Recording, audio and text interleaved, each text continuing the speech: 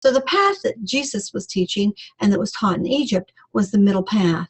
The middle path is the shortcut. So you don't have to spend millions of lifetimes in this one, this one, this one, this one, and this one. You can kind of begin to integrate everything by using the heart and going right up the center. So here again we see in the Hermetic symbolism this sort of central path leading to the sun, the energy of Tipperoth, which is connected with the one world mountain, another concept that we have, in India, we think of Mount Kailash as the one world mountain. In different cultures, they talked about it, but it would represent, let us say, the heavenly kingdom. Now, these great spiritual masters taught for thousands of years in these mystery schools, and this is Serapis Bey. I think he's beautiful, and this is the work of a wonderful artist called Marios Michael George. Beautiful, highly illuminated work that he does, and you can see the initiates behind. All of this has Hermetic symbolism. It's not just for pretty decoration. Every bit of it has meaning, and this is one thing that happens when you begin to study the mysteries. There are many different chapters of the mysteries, and not only Thoth set up these schools, but Isis, which was his Thoth's daughter, and Horus, the grandson of Thoth, and also Osiris, before Osiris was murdered. And so these are some of the different chapters of the mystery schools. In Israel, the Essenes and the Kalu. And the Kalu, many of you may not have heard about the Kalu. They were remnants of the high initiates, the positive light high initiates in Atlantis. These are the ones who survived the flood, and they had enormous knowledge. And of course, they were very secret, and they only made contact with high consciousness beings because their knowledge extended into the sciences. And of course, many a king who had designs on, dominating the world would like to have knowledge, that knowledge that they represented. And so they were very secret. Dolores Cannon talks about them in some of her books on Jesus and the Essenes, and then I actually found a historian that speaks about them too, who had no knowledge of Dolores's sessions at all. So I've been able to validate that these existed at from two different sources. France and Britain were the Druids, which we'll be talking about, the Eleusinian mysteries of Greece, which I talk about a great deal in this new book that's coming out. It's the first time I've really addressed the Greek mysteries. Rome, the Mithric mysteries, India, the Brahmins and the Buddhists, Egypt, the ancient mysteries, the Essenes, and the Therapeutae were also there, and they were around they were south of Alexandria, around a lake. It was the Therapeutae, where I talk about them in the Jesus book. In Persia, the Saramong Society. This is a society that Gurdjieff and Opinski speak about. If you're familiar at all with their work, that work is very esoteric and kind of hard to get into. So I've sort of condensed it in my books to make it easy for people. But the Magi, Zoroastrianism, Greece and Egypt, the Pythagoras school. This school, Pythagoras was around 500 BC, and he was an initiate for 22 years in the temples of Egypt. He also studied in Britain, in the Celtic lands. In fact, his teacher in Britain was called a Barus, and it was said that he could actually fly. A Barus could.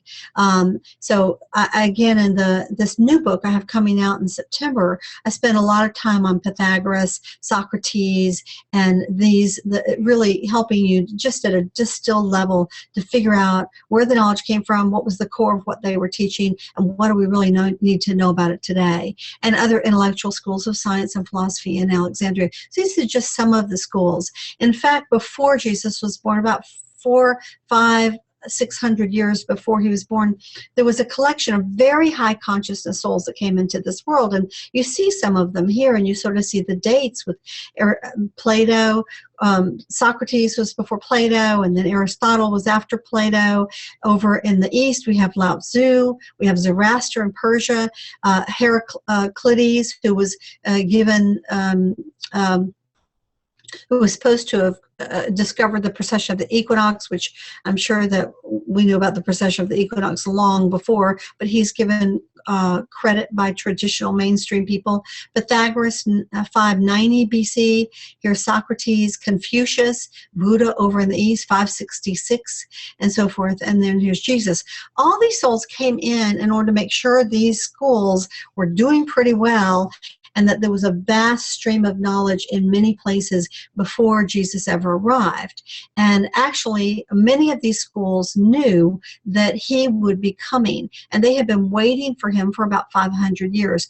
And this was something that I discovered when I, really, really took on this research, is that there were prophecies in at least, in the Celtic culture, in the Persian culture, in the Buddhist culture, and in the Egyptian culture. And it seems like there was one other, I guess the Essene culture, 5 different cultures. They had been waiting, and they knew he was coming. And they talked about it as the return of the phoenix.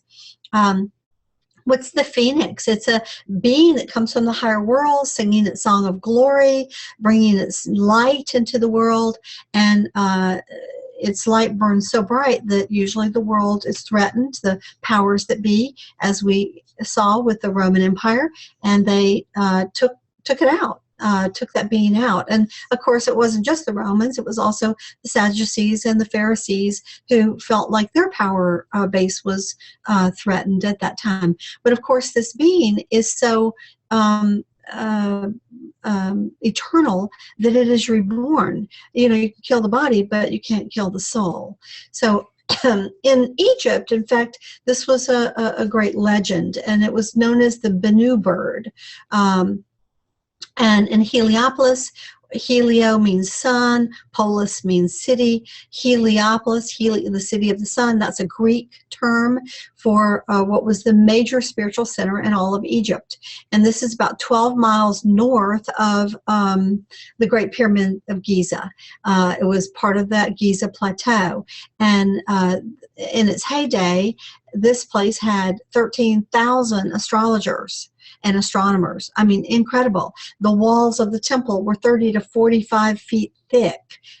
Now that's thick. That's just like mind-blowing. And there's only one obelisk that remains there today. Most of the great obelisks in the world, from Rome to Paris to London to New York, they were all basically stolen from Heliopolis. But Heliopolis taught about the Bennu bird, and here he is. He kind of looks like a heron here, and we see he's a healing god. He's aligned with the sun. He's in the boat of 1,000,000 years. He has the shepherd staff that we've seen before. We see the levels of initiation, 1, 2, 3, climbing up the steps to achieve mastery and consciousness, and the opening of the eye of Horus, the eye of God, the light of one who has awakened their inner vision. So this is a symbol of the great avatar who comes from the higher world and is believed to return roughly every 500 to 600 years. Now, Jesus did not study with all of these schools, all of these chapters, but he studied with many of them. Certainly, he was in Galilee with the Essenes in Mount Carmel. In Britain, he went to the Celtic Isles in Avalon, which is where Glastonbury is today, with the Druids. He was in India with the Buddhist and the Brahmins first, and then the Buddhist. He was in Persia and Chaldea with the Magi and the Mithric Masters, and finally 7 years in the temples of Heliopolis in ancient Egypt. So let's take a look at how this timeline plays out. Certainly we know that when Herod started killing all the kids when he was a little infant, the Holy Family fled to Egypt. And there they would have been embraced probably by the Therapeutae, by the Essenes that were there, and even by the masters at the Temple of Heliopolis. And they were there till he was about 7. Then we have accounts of him in the British Isles from about 7 to 8 with his mother and his uncle Joseph of Arimathea, who we're going to be talking about. Joseph had a fleet of about 5 or 6 ships, where he mined tin up in the Castorades Mountains in England and Britain. And so Jesus and Mary would have easily had transportation. This was Jesus's uncle, Mary's older brother. And then he came back and he began to study in Galilee at Mount Carmel around the age of 8 years old. And then we know he bar mitzvahed around 12, and he remained there until he was about 13. And let me just say, my books are really wonderful. I highly recommend them, but there's some others I'd like to recommend. Dolores Cannon, who was a colleague of mine on the circuit, loved Dolores, incredible researcher who did thousands of hypnotherapy sessions, wound up doing a series of books on Jesus, where she hypnotized people, and they went back and found that they had been Essenes. And also my friends Stuart Wilson and Joanna Prentice. They're British, but Dolores's company, Ozark Mountain Publishing, actually has not only done 2 books of hers, but they've also done some of Joanna Prentice and Stuart Wilson's books. And I would highly recommend them. I think they have about 5, and the same kind of thing. They're master hypnotherapists. They wound up hypnotizing people, and lo and behold, people went back to lifetimes where they knew Jesus, they taught Jesus. They were either older than Jesus, younger than Jesus, or on the same age as Jesus. They were studying Damascus and had met him a couple of times.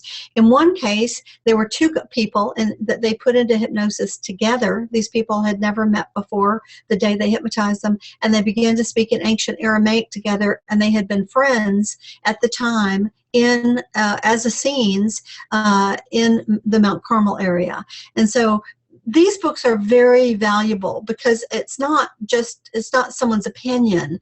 It's independent research with people who in their conscious minds have no knowledge of this, but in the deeper hypnagogic state have access to enormous amounts of information that are interrelated to one another and are able to validate one another. So again, you should definitely read my books, but I would also go take a look at Dolores's work and Stuart Wilson and Joanna Prentice's work, and you can get them through their website on Ozark Mountain Press, and they probably do specials too, so you can get them, but they're really amazing, really good books. So some of the information that I found historically, but also that has shown up in some of these sessions, is about the lay of the land at that time. So most of us don't know about all this stuff because we live in America and we hear, about all these wars and stuff, but we don't really know the geography. So here is Jerusalem down here, okay?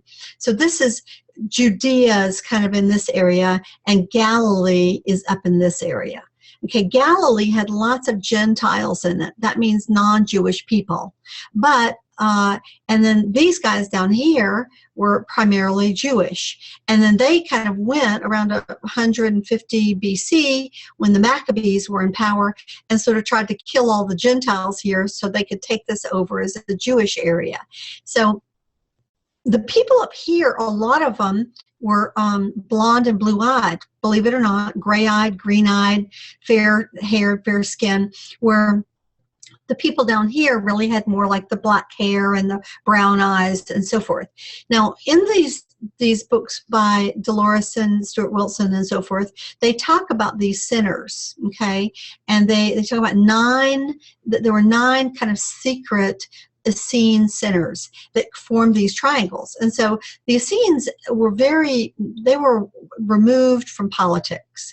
The Pharisees and Sadducees were kind of in charge down here, and they had really lost their way, but they were rich and fat cats and pompous and, lots of rules and regulations and dogma, but no real enlightenment, where the Essenes were still very, very enlightened community. And this is where Mount Carmel was. And so this is where, this is Cana, for example, Caesarea, you've heard of some of these, Capernaum, right here, okay, Magdala, right in this area. So this is very interesting to start looking at the geography.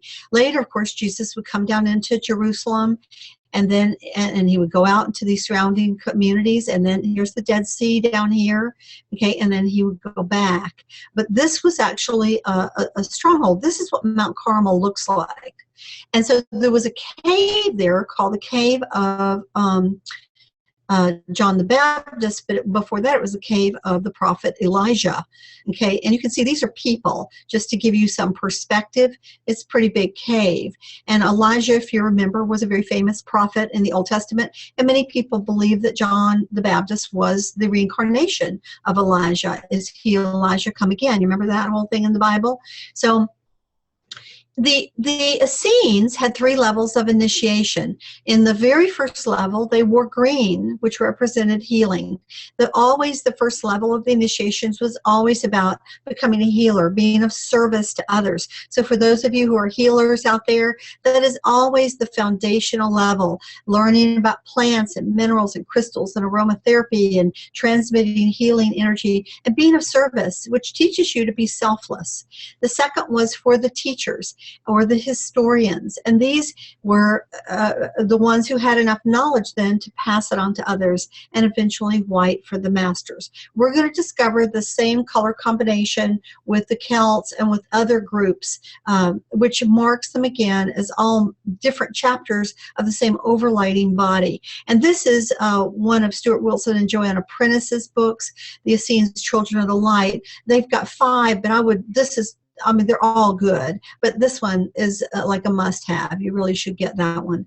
They had an inner esoteric order of celibates, and then an order for teachers and for students with families and children. So this is one of the things we've discovered historically. They used to think all the Essenes were celibate, but that's not true. There was a small inner order of kind of scholar monk hermits who, didn't want to have families. They didn't want to have sex. They didn't want to have children. They just wanted to focus on study. And then there were others that got married, they had children, and they passed on this knowledge within their families, but they had householder responsibilities. So the Essenes were essentially a highly peaceful people, and they were scholarly, and they held everything in common. When they were primarily vegetarians, although they did sometimes eat fish. They had knowledge of the solar systems and the planets. In fact, they actually had a scale model of the sun with the planets around it in the physical 3D. They taught the wisdom of both the Divine Mother and Father, the Abba, Father, Amma, Mother, that Jesus taught, okay, which, the rest of the Jews had gone totally patriarchal. They had gotten rid of the daughter, the son, and the mother, which I talk about in the Sophia book.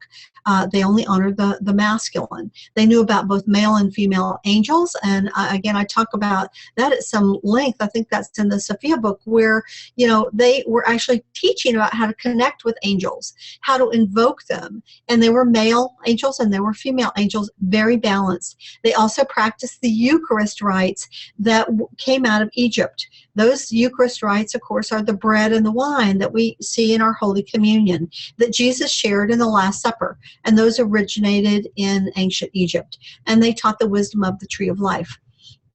Every morning they got up and they did a sun salutation, much like we see in the East. They also would do a little bit of sun gazing. Now, for any of you that are interested in trying this, you have to do it for very limited periods of time, only in the first 30 minutes to an hour when the sun is so low that it's blocked by the atmosphere of the red shift.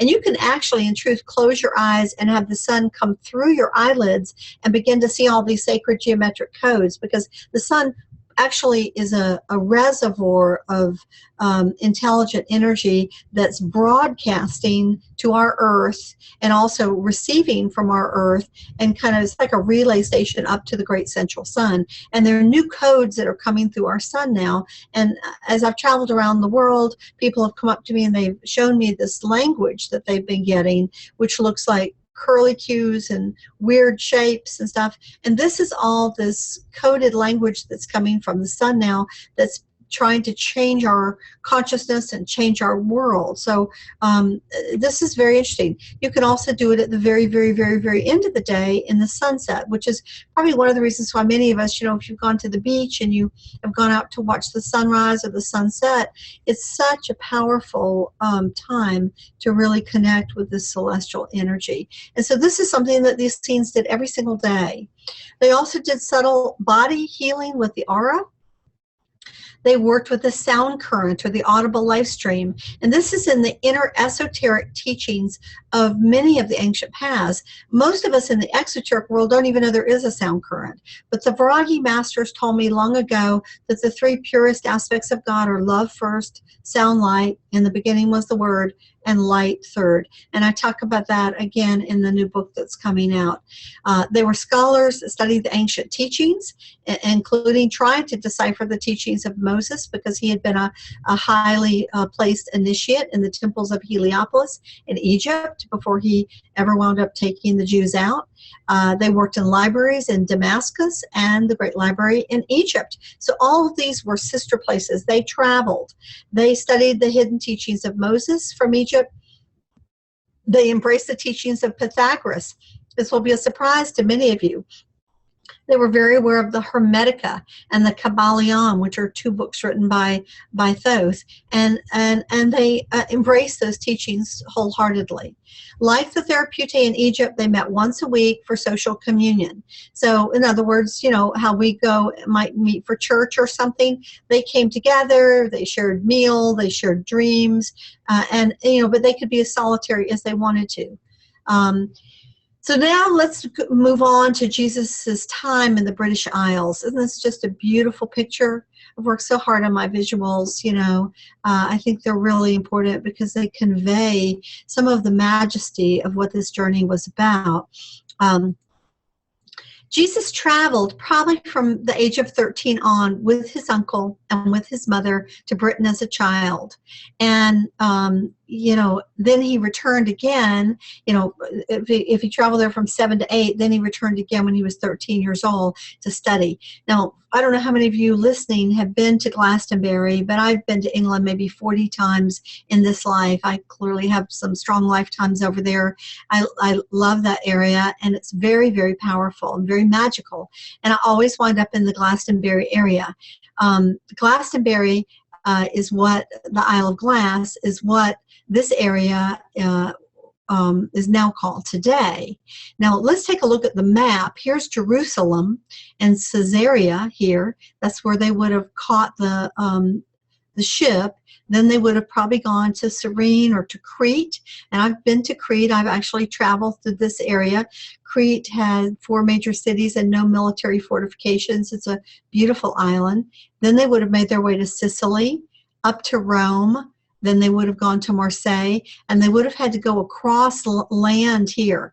Now, this whole area, Marseille, this is the south of France, and I've taken a group of 13 women there some years ago, and I'm going back this October. So any of you that would like to go on this Magdalene tour, we're actually going to go to Le Saint-Baume, where Mary Magdalene was said to have lived for a number of years, Sainte-Marie de la Mer, which is a town where Joseph of Arimathea and Mary Magdalene and Mary the Mother landed, Mary Jacobi, Mary Salome, and they lived for a while. Then we're going to be 5 or 6 days in Rennes-le-Château and going to Carcassonne, Montségur, where the Templars and the Cathars were. Anyway, it's going to be in October of next year. I don't have it up on my website yet, but if you're interested, you know, email me. I'll give you the email at the end of this presentation. Give me your phone number, your name, you know, all of that, and I'll keep a little list because we can only take like 10 or 12 people.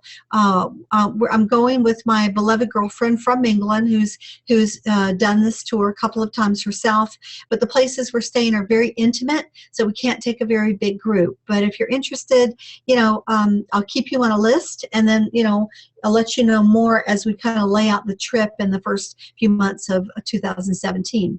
So then from there, they would have had to cross overland in France, and this is, of course, where I remember Lazarus and Martha and Mary, where Lazarus became the first I think the first, whatever he was, bishop, I think they called him, in France.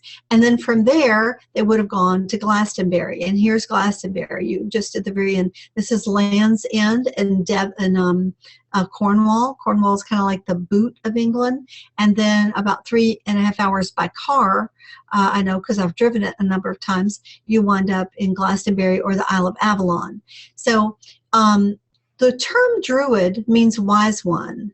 And it's connected with Dror, which is connected to tree for the tree of life. And so they're honoring it. Druid actually is connected with one who has traveled the tree of life, or is traveling, is on the path of the way to the tree of life. Like the Essenes, they had 3 orders of initiation. The first were the Ovids that were green, and these were the healers.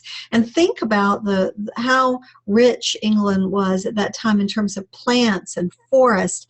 I mean, they had incredible tree culture. The second were the bards. The bards were blue. The bards, this was primarily an oral culture. They had to learn over 10,000 songs, poems, and histories. That's like mind-blowing, 10,000. And then the Druids were white. And it was no small deal to be a Druid. I mean, these guys weren't messing around. This was an all intellectual knowledge, kind of like sometimes we are today, because we're so busy like little hamsters trying to make a living, you know, and take care of our families. This was real, you know, tapping into spiritual powers. For example, the initiate to become a Druid from a bard, they set you on in a lifeboat with no oars and cast you out to sea. So you had to either command the wind or command the waters in order to get your boat back to shore. That's like mind-blowing, isn't it? So you had to know how to connect with the elements in order to become a Druid. Now, here are the healers. I just gave you some pretty images. The bards were the memory keepers of song and of history. And the Druids were the teachers. The bards also were teachers. The bards traveled around from castle to castle and sang the songs and educated and so forth. But there were 2 archdruids who had completed 6 additional initiations. In other words, once you became a Druid, you could still go up 6 more levels before you got to be a head Druid. One archdruid lived on the Isle of Anglesey, and the other one in the Isle of Man.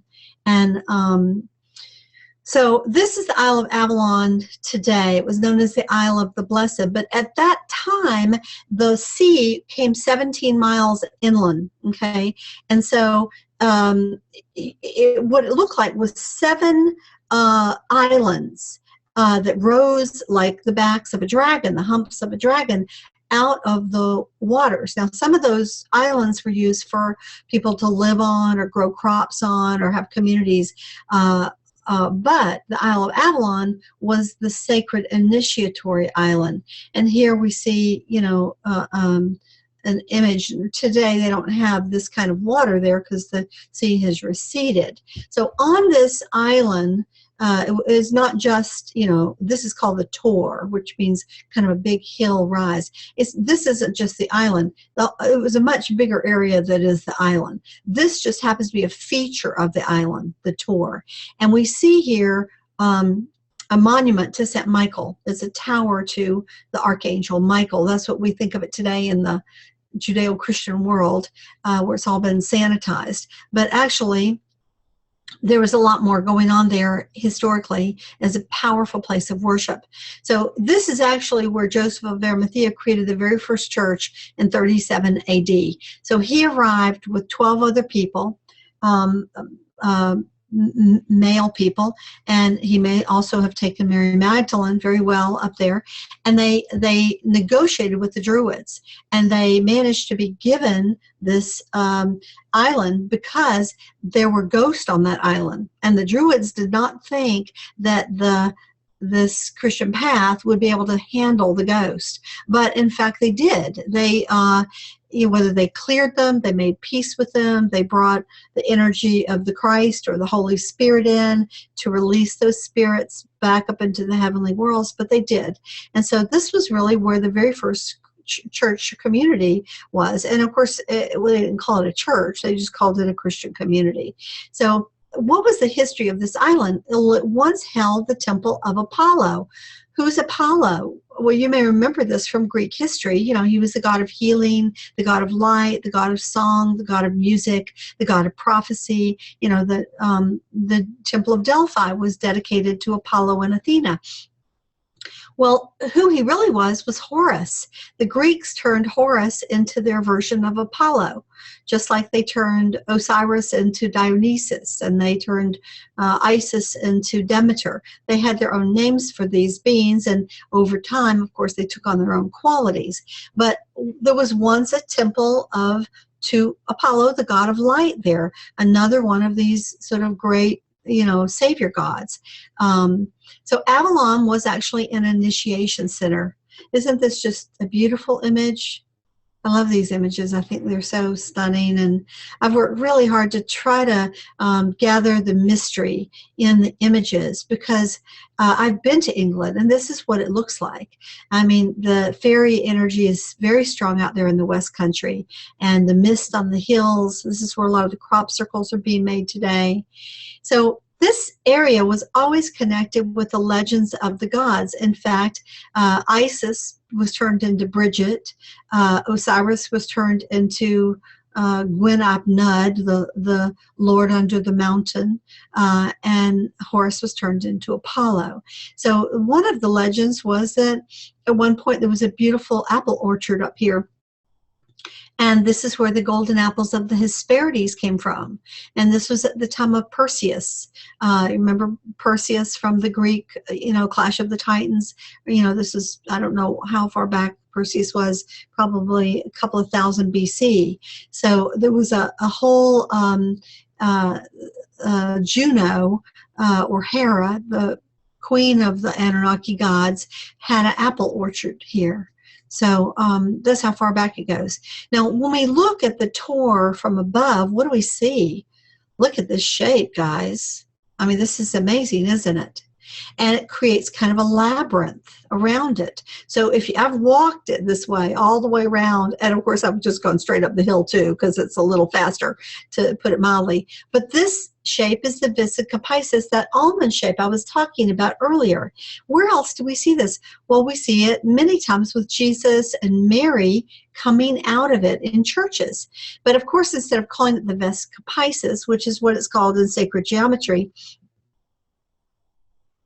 or even calling it the Ithcus, which is what Jesus called it, they call it the Mandorla, okay? But it's a place between the worlds where spirit comes into the world of matter. And here we have it in even more ancient. Mithra is probably about 4,400 BC. Okay, so he's way back there as one of these solar lords. And if we look at his symbols, he's coming out of a cosmic egg. Can you see the bottom of the shell here? And here's the top of the shell up here, okay? He's got this serpent around him, as we see with the caduceus and with some of the other symbols like Esculapius or Moses with the serpent around the staff. So this is the rising of the Kundalini. That's what that represents. He's holding a torch of enlightenment in his hands, and he's got a little serpent dude here, okay? This is to say, I've activated my, my third eye. The uraeus that the Egyptian kings and queens, the pharaohs, wore sometimes. And Mithra stands in the middle of this Vesica Piscis, surrounded by the 12 signs of the zodiac. And this is back to Persian teachings, where they believed that there was a God so powerful that he existed outside of space and time, but that if he wished to, he could insert himself and take a body, incarnate down here between the change of the ages. He usually came, like Jesus came, between the age of Aries and Pisces. And Mithra came between the age of Gemini and Taurus. And so, of course, where are we now? We are at the end of Pisces and the beginning of Aquarius, aren't we? So this is very exciting, because we're really due for one of these great world avatars to come back. And of course, if you look around, there have been some amazing masters. Sai Baba, Amaji, the hugging saint, Mother Mira. I mean, there's some Yogananda. There have been remarkable, remarkable beings that have been coming down, much as Buddha and Socrates and Plato and those guys came in, trying to awaken people like us, a generation, 2 generations, 3 generations of people that would be receptive to remembering these ancient teachings, these ancient mysteries, and in preparation, I think, for one of these beings returning. Now, when we look from above, isn't this remarkable? Wow, you can really see the labyrinth, and there's 7 if you count them. 1, 2, 3, 4, 5, 6. Well, the others down here, I guess 7, but hidden in the trees. But there's 7, like the 7 chakras, like the labyrinth. And a true caduceus, you always has 7. 1, 2, 3, 4, 5, 6, 7. This is the crossing points of the nodices and the chakra points. So, of course, you'll see shorthand versions where they don't have the full 7, but if you know what you're doing, you understand what this 7's about, the clearing of the 7 chakras, the 7 dimensions. So, in the Celtic lands, they taught about the one world mountain and the cosmic egg. And my beloved, beloved girlfriend, Sylvia Lorenz, who I lost to pneumonia about 1.5 years ago, she worked with me on the illustrations for the Jesus book. She did this illustration for me. Here's our one world mountain. Here's our cosmic sea. Here's our tree of life. Here's the wheel of the zodiac.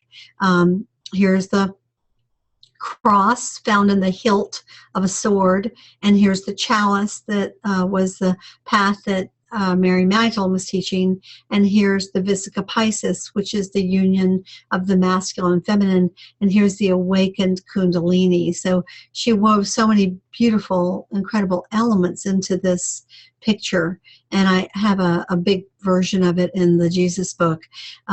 So this is all the shape, that Vesica Piscis, of the cosmic egg. And this cosmic egg is all connected in many world cosmologies as supposedly where everything began. That there is let us say, one creator beyond polarity, but then that creator exists in the cosmic egg as the divine mother and the divine father. And there's said to be this serpentine energy, that Sishat, that exists with the divine father and mother. Now, is the serpentine energy the solar lords? Is it the Kundalini? Is it the Holy Spirit? I mean, we can speculate. We're learning about this. We're having to reconstruct these mysteries because they've been greatly lost through the centuries. And I'm one of the teachers on this planet whose mission is to kind of bring them back. Here we see an Egyptian image of the god Khnum, or Ptah, who was really Inky, spinning the cosmic egg on the wheel of life. So, and here we can see how the shape of the Torah mirrors the Vesica Piscis, which is the union of the two together, balancing male and female energies. Now, this is the symbol that Joseph of Arimathea put on Chalice Well in Avalon. It's the one symbol, again, that's left to us. It's the Ithcus that Jesus presented, and most Christians think is the sign of the fish. And they say, well, you know, why the sign of the fish? Well, at the most superficial level, they'll go to the, may you be fishers of men. But then at the next level, it's like, well, the age of Pisces, you know, although most Christians don't even want to honor astrology, even though if you go to the Vatican, astrology is all over the place, because certainly they knew about the change of the ages and so forth. But at a deeper level, it comes to the heart of what Jesus's messages are. It has to do with the activation of the inner sight. And the inner sight only happens when we activate and balance the left and the right hemispheres to awaken the eye of God. And this is whole brain thinking. That's one of the ways that we can look at it today in straight Clark Kent terms, whole brain thinking. So, and we'll return to this subject shortly. So beneath the Torah, there was said to be a secret crystal cave where initiations took place for hundreds and hundreds of years. And there's also 2 springs that come up in this area. So, you know, I researched this for 3 years. I was, like I said, in the cave writing the book on Jesus, and I talk about some of the stories about people who wandered in there, and apparently a lot of this crystal cave energy, which we connect also with Merlin, those crystals have kind of fallen in, and so you can't really access that area anymore. But what's interesting is in this very interesting Celtic glyph, look, they seem to be indicating the secret cave area at the bottom of the tree and the top of the bottom of the hill. So these are some of the subjects that the Druids taught: astronomy and astrology, and herbs and healing, geography and ley lines. They were very connected with the magnetic energy fields. This is why they built their temples on these places. The physical sciences, you know, this wasn't just woo-woo. They were very much about the sciences, morality and cosmic law, history, mathematics, music, connection with the divine, and what we would call magic today. Now, magic, of course, is really the use of spiritual law beyond what is known, generally known by mankind. How do yogis levitate? How do the Philippine psychic healers put their hands to people's bodies? How does someone read minds? How does a mother know that her child is in trouble and the child's, you know, 20 miles away at school? Telepathy. These are all gifts and abilities: clairvoyance, clairaudience, clairsentience, invisibility, healing, that we all have. They lie dormant within us. Most of us use, you know, what, 7 to 10% of our brain on a good day. So, you know, what is that other 90% for? And so the Druids and these other members of the Great White Brotherhoods and Sisterhoods were about learning to access these other parts of themselves.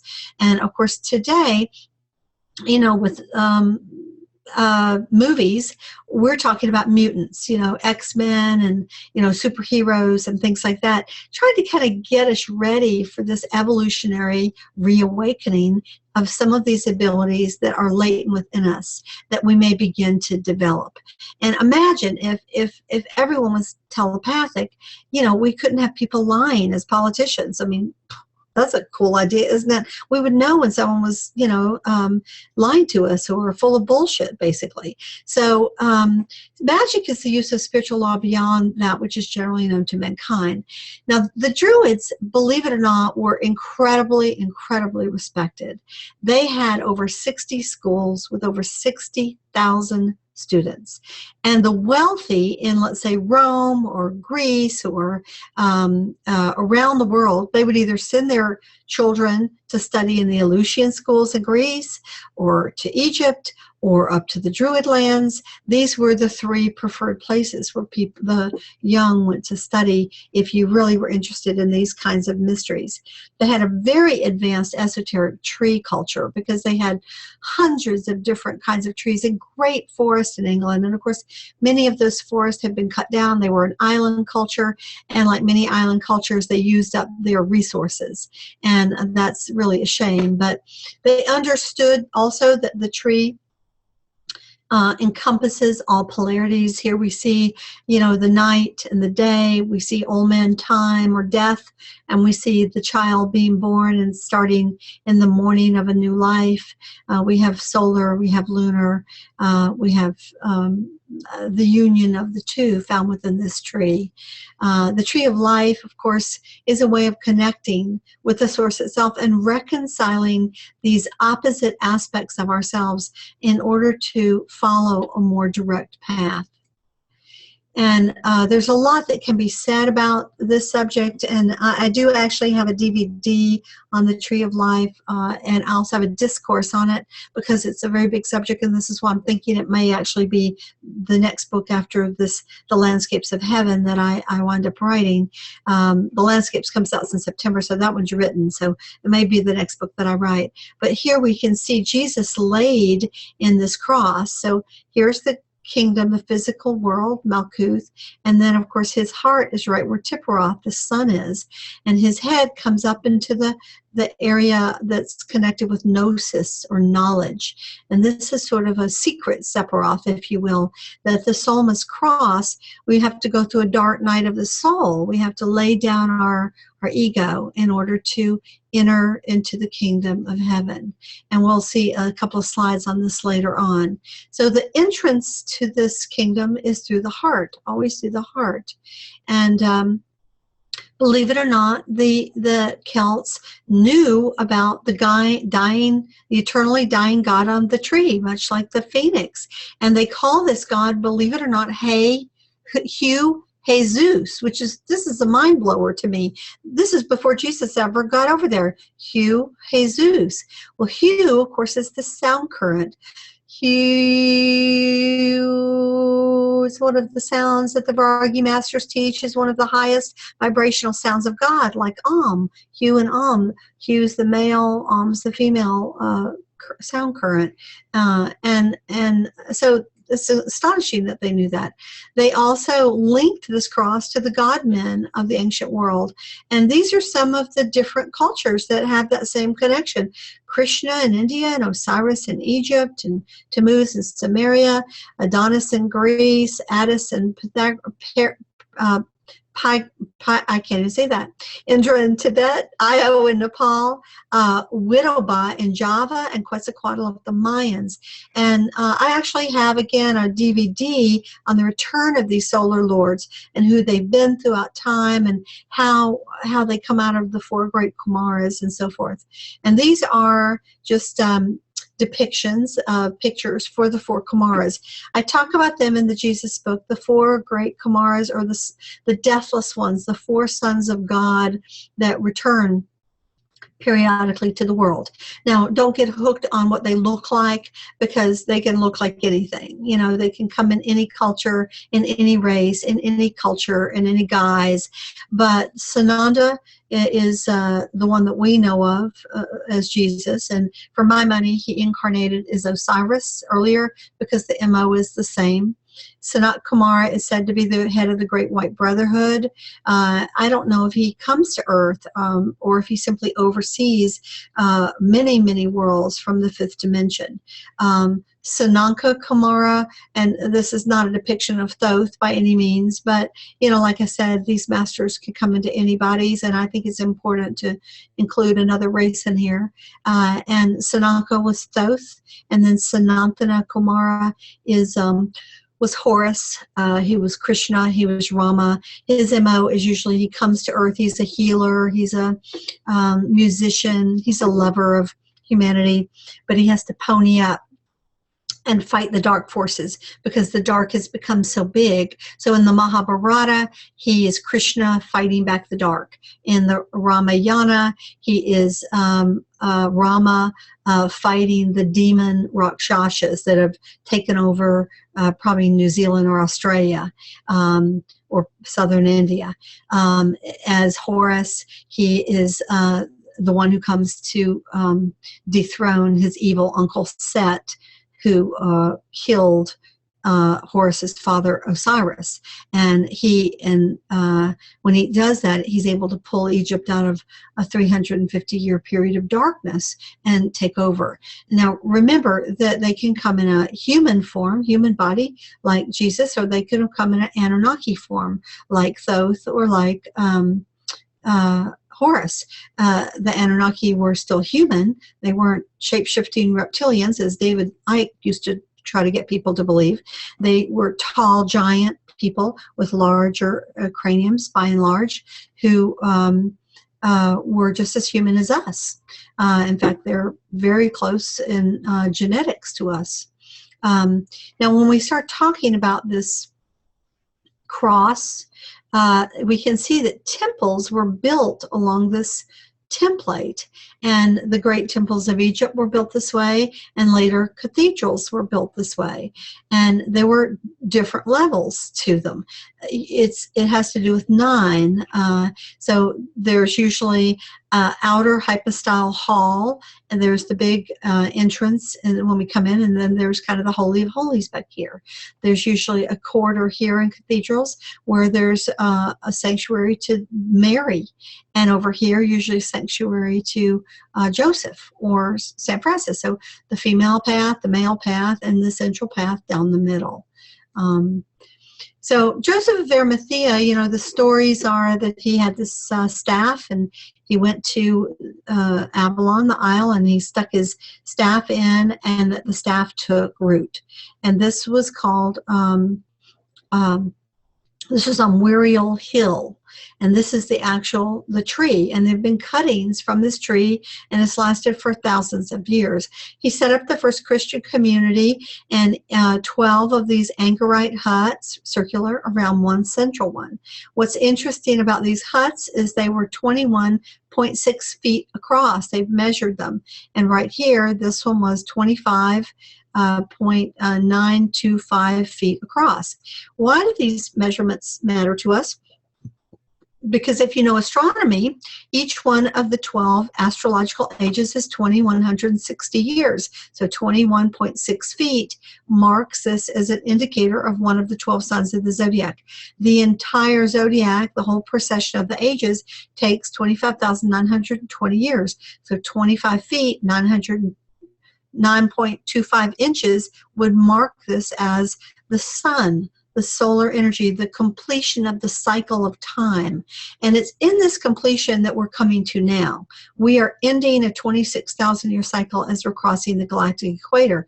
So in many ways, it's graduation time for us as human beings. So it's very important for us to realize we're not in the middle of the cycle. We are at the end of the cycle, the end of not just the age of Pisces and the age of, 1,000-year millennium or 2,000 years since Jesus. We are literally at the end of one 26,000-year age and the beginning of another one. And this was actually inscribed on the Chapel of Mary in Glastonbury. You can go to today. It's a lot of it's in ruin because Henry VIII, when he seceded from the Catholic Church, kind of went in and destroyed these great cathedrals, including the one that had been built in Glastonbury. But you can still go into the ruins of this beautiful chapel. It's built on ley lines. And John Michel, who was a wonderful, ahead of his time, British researcher, he's a colleague of mine that I actually took groups to England with. He's passed on now, but he's written several books about sacred geometry and ley lines and magnetics and how the ancient temples were set up on these sacred geometric grids. And this was the grid for Mary's Chapel in Glastonbury. So this is some of the ruins in Glastonbury. I get a sense there's probably some of you out there that have had a chance to go to England. I love going to England. I've taken groups there several times. And again, if it's something you're interested, you can write me about, because it's a place where I could actually take a group very easily. So this is a stained glass window from Glastonbury where Joseph is holding the staff. He's got a halo, and he's got these two vials or cruets. So we want to take a look at the legends of the Holy Grail. The Holy Grail, of course, has been, we see this chalice in the top of the window here and the cruets down below. I'm so popular today. I just don't know why everyone, I've told everyone I was doing this webinar, but no, in fact, okay, invalid number. So I'm not going to pick that one up. So what do the two cruets represent? Well, they represent the divine masculine and feminine. And of course, the classic thing is the blood of Jesus and the sweat of Jesus. That's what they tell you. But these are, again, the blood's red, the sweat's white. And so these are symbols. And so we see, again, the feminine and the masculine. And on that island where Chalice Well is, there are two streams, the red spring and the white spring. And these are the pools. And you can see the gigantic Vesica Piscis that they've created. Now, the well itself has this design over it, but the red and the white, this has to do with alchemy. And Most of us don't know anything about alchemy today, but it's where we get the word chemistry, and it all comes out of Egypt. Kemet was the ancient name for Egypt. So the red and the white streams have to do with the male and the female, and they have to do with a process of spiritual alchemy and awakening. And of course, we see here the middle path, don't we? So all of this is encoded information that if you don't know what it means, it just looks like, how come he's levitating two goblets? But if you know what it means, you realize that he's giving us keys towards mastery. Many believe that there has been a monumental cover-up surrounding the real story of Jesus and the true purpose behind his spiritual mission. William Blake claimed that the real Holy Land was within the British Isles, and there are certainly grounds for giving credence to such a notion. So we have France, the south of France, very strongly connected with this whole story. And we also have England and Glastonbury strongly connected with the Christ story. We see this, the Holy Land of Scotland. And we also have some very interesting things going on up in Scotland. And we have these amazing stained glass windows all over the Scottish and the British Isles that seem to relate a story we know very little about. For example, look at this one. Here's Mary Magdalene, and she's pregnant. This is at the Scottish Isle of Mull and Dervag. This remarkable stained glass window sits in Kilmore Church, and in it, Mary appears to be pregnant. And that's a close-up of it, which is pretty amazing. Now, it was claimed that there was a son born to Mary and Jesus on the Isle of Iona, the Isle of the Dove, just 18 miles away. Well, the Isle of the Dove, that would make sense, wouldn't it? The Holy Spirit. So, yes.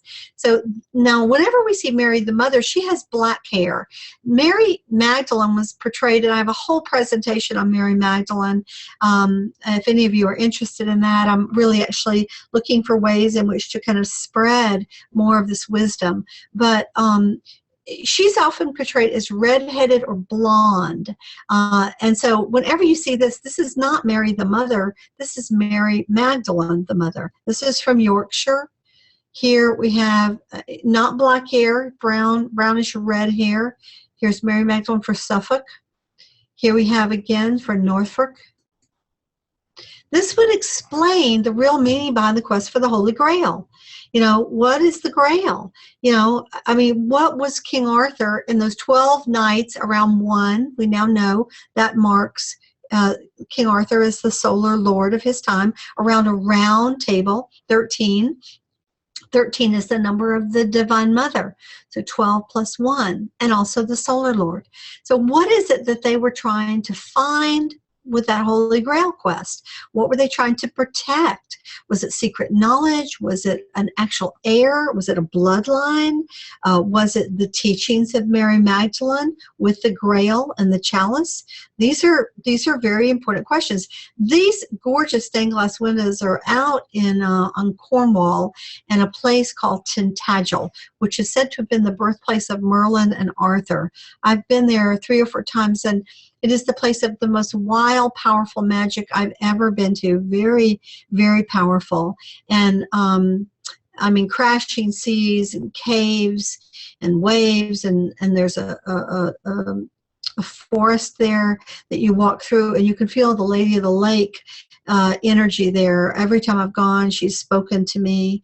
And my students, there's an incredible waterfall. I mean, just amazing. So again, I'd be happy to arrange a trip to England if you guys are interested. You just have to email me.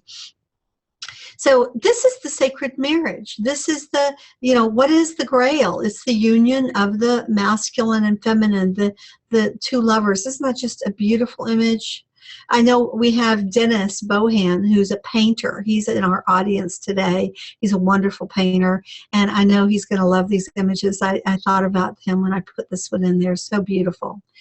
So this is really the search for the lost feminine Christ, the loss of the knowledge of the path that she was teaching, which was a continuance of the path Jesus was teaching, the way of the chalice, and probably of their bloodline descendants. And again, I just love that there have been these gifted visionary artists who, even without necessarily knowing these mysteries, have been prompted to do things like put the dove, the Holy Spirit, and the chalice in her hand. And you see her with her beautiful red hair here. And of course, France is very much all about Mary Magdalene. So these are the descendants of Mary and Yeshua. And we could call this the once and future king. This is the being who comes again and again to help the world. The king that, even though he appears to die as Arthur or as Osiris or as Jesus or as St. Francis or as Mithra or as Horus, he comes again and again to the world to uplift humankind. And this is the king that will rise for his people once again in a time of great need. And this is why these legends have persisted for so long. You know, there have been a million stories told about them, dozens of movies and TV shows, and of course sometimes they miss the essential meaning, but why it's persisted for so long is because there's an essential truth that's been hidden in the story. Now, there was a group of 3 men that have written books about this bloodline, and then Sir Lawrence Gardner, who is a British researcher. I met him some years ago when I was speaking at a conference in LA. Lovely man, done a lot of research on this bloodline of the Holy Grail and connecting it with Britain. Mary Magdalene was teaching a path called the way of the chalice, and it was taught by both Mary and Jesus, and I love this image of her. It's just so incredibly beautiful. Why was it called the way of the chalice? I talk about this at length in the Sophia book, but it is the path of the union between opposites. So the cup represents the feminine. The stem represents the masculine. The 2 joined together represent balance. The base represents being grounded in the world. And the openness of the cup represents being a receptacle for spirit, for the nectar of God, the nectar of spirit to come into your life. So, of course, that once again forms the vis capitis, awakening the Christ within. And Jesus tells us this in some of his teachings in the Gospel of Thomas. He says, when you make the 2 into one, including, he says that into one, so that you make the male and the female into a single one, in order that the male is not made male, nor the female made female. When you make the 2 eyes into 1 eye, then you shall enter the kingdom of heaven. Now, this seems extremely obscure if you don't understand what he's talking about. But as with everything in the mysteries, if you're an initiate, you suddenly have this gigantic aha. He's talking about the male and female hemispheres of the brain. The left side of the brain is masculine and is connected to the right side of the body. The right side of the brain is feminine. It's connected to the left side of the body. So he's talking about the fact that we have to get both of these going, the male and the female brains, and we have to bring them into one. And when that happens, we open our inner senses, and then we're able to see into the higher realms. So this is the merger that awakens the Kundalini. Again, this is from stained glass windows. Why in the world would they have a chalice with a little flying serpent coming out of it? Okay, I mean, traditional Christians don't know what to do with this, but it has to do with the awakening of the Kundalini that frees us from the worldly life. These are keys to an inner alchemy. And again, here's our serpent biting its tail. And this was always a symbol of the aurora boreas, or the cycle of one age, one cycle in time. We find ourselves returning in the end to the place that we were in the beginning. But have we graduated? Have we managed to merge our male and female together and master our air, earth, fire, and water natures with the nature of spirit? You see that 5-pointed star there? That's what that represents. The mysteries are so amazing. And here, remember Jesus said, I am the true vine. Here's the vine. This is all connected with Osiris, who saved the grapes in the great flood so that we have wine today. So these are some of the many similarities of symbols between the Druids and Christianity. We have a Christmas tree. What's that about? When you put up your tree, it's a symbol of the tree of life. We have Christmas wreaths. This is Druid. The circle and the doorway that leads you into the middle. We have the Trinity. They had the Trinity. And then they had the Celtic cross long before we had the Christian cross. Okay, so now we're done with England. Now we're going on to India, okay? So Jesus in India. For many decades, there have been reports about his many years of study in the Far East, but these documents have been conveniently swept under the rug by Christian institutions, yet these rumors are based on written records and multiple corroborations. Isn't this beautiful? This is actually the Himalayas. I mean, stunning. Stunning, stunning images, so incredibly beautiful. There are written records that Jesus was trained in the mysteries of the Upanishads and the Vedas, which is sacred Indian text, from several independent sources. Edward Martin, researcher and explorer, followed his trail through India. And I met Ed some years ago. He was speaking at a UFO conference, surprisingly, where I was speaking. Lovely guy, and he'd gone to India and found a lot of actual reports of people who claimed Jesus had traveled through there and had even lived there. So Nicholas Natovich, this is the late 1800s. This guy was a political writer. He was not a religious writer. He had no axe to grind. He published a book in 1894 called The Unknown Life of Jesus Christ. It's a little bitty book. I've got it in my library. And he was not the only one that had seen this documentation of Jesus's time in India. This is another guy, a Swami, called Abhidananda, who undertook his own journey to this Hemis monastery. And the Hemis monastery is about, I think about, if I remember, 12,000 feet above sea level. So it's quite removed. And that's one of the reasons a lot of these sacred records were stored there, so that nobody would come mess with them and destroy them.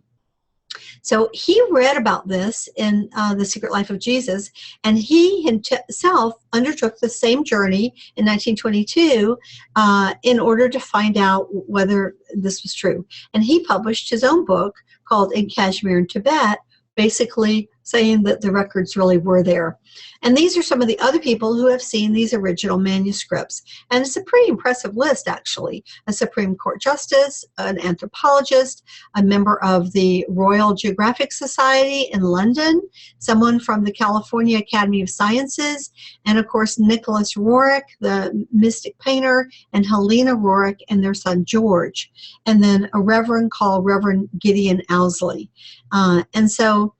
This is where the Hemis monastery is located. So just to give you a map, I always like maps. You know, here's China, here's Tibet, here's India, here's Pakistan. So the Hemis monastery is right here, okay? So in this book by Nicholas Natovich, he claimed basically that he was traveling in India. He heard about the possibility that this monastery existed. He made his way there and he went to the monastery. And of course the Lama, the head Lama said, no, we don't have any records. He denied any knowledge. But so then Natovich left. But on the way, he fell off his horse and broke his leg. And the closest place to take him back was the monastery. So he was at the monastery for months recovering. And he won the trust of the head Lama, who then brought out these documents. And Natovich began to put them together. So what we know about this library is that Hemis is one of the most celebrated spiritual monasteries in this province of Ladakh. Tucked away in a hidden valley in the Himalayas, some 11,000 feet above sea level, many treasures have been brought there for safekeeping throughout the centuries. And this is actually a photograph of it. Pretty amazing. While there, Natovich befriended the head Lama, and the Lama showed him 2 large yellowed volumes of Jesus' life in India. Natovich says that this biography was composed of isolated verses which were untitled and scattered out of sequence. The Lama, who was acting as our guide, took a manuscript from the shelf and showed it to the Swami. Now, this is during the Swami's time. It is said that it was an original exact translation of the original manuscript that was lying in the monastery of Marlborough near Lhasa. The original manuscript is written in the language of Pali, while the manuscript preserved in the Hemis library or monastery is in Tibetan. It consists of 14 chapters and 224 couplets. And we see here pictures of what the Swami saw, okay? Natovich grouped these texts together, this would be in the late 1800s, and published them years later with his account of their discovery, and he called this the Life of Saint Issa, Best of the Sons of Men.